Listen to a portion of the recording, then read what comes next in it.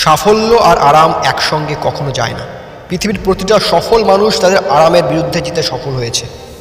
তোমার বিছানা বলবে আর একটু ঘুমাও, তোমার মন বলবে আজ ছুটি নাও। কিন্তু সফল মানুষেরা সব শোনে না। তারা জানে আজকের সকালে যে মানুষ ঘুম থেকে উঠে কাজ করে ভবিষ্যৎ তারই।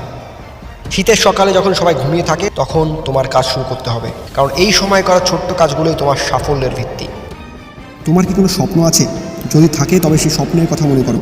ভেবে দেখো, বিছানায় শুয়ে আরামের মধ্যে তোমার সেই স্বপ্ন পূরণ হবে কি? শীতের সকালে উঠতে যখন কষ্ট হয় তখন একবার ভেবে দেখো কেন তুমি এত পরিশ্রম করছো।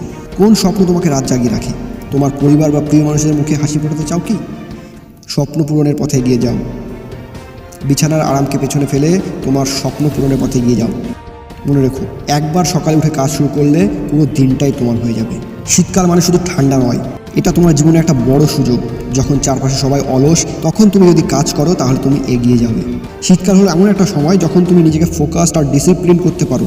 শরীরচর্চা শুরু করো, সকালে ঘুম থেকে উঠে পড়াশোনা করো, নিজের লক্ষ্য পূরণের জন্য দিনে অন্তত 6 থেকে 8 ঘন্টা কাজ করো। যারা শীতকালের অলসতাকে জয় করতে পারে তাদের জন্য বছরের বাকি সময়টা সহজ হয়ে যায়। তুমি কি জানো, শীতকাল মানে আসলে জীবনের পরীক্ষার সময়। ঠান্ডা তোমাকে পরীক্ষা করে দেখতে চায় তুমি কতটা ইচ্ছাশক্তি আর সাহস নিয়ে এগিয়ে যেতে পারো। যদি তুমি শীতের সকালে বিছানার আরামের কাছে হার মানো, তাহলে জীবন তোমাকে কখনো তোমার স্বপ্নের পথে নিয়ে যাবে না। কিন্তু যদি তুমি উঠতে পারো, তাহলে তুমি নিজের ইচ্ছাশক্তি দিয়ে পৃথিবীকে বদলে দিতে পারবে।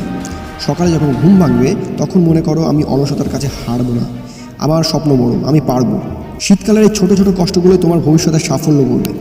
মনে রেখো, বিছানার আরাম শুধু সাময়িক, কিন্তু তোমার সাফল্য চিরস্থায়ী। তুমি যদি আজ শীতের সকালে ঘুম থেকে উঠতে পারো, যদি নিজের লক্ষ্য পূরণের জন্য কাজ করতে পারো, তাহলে একদিন সবাই তোমার উদাহরণ দেবে। তাহলে তুমি কী করবে? বিছানায় শুয়ে অলস সময় নষ্ট করবে, নাকি উঠে নিজের স্বপ্ন পূরণের পথে হাঁটবে? মনে রেখো, আজকের সিদ্ধান্তই তোমার ভবিষ্যৎ ঠিক করবে, এবং আমি জানি তুমি পারবে।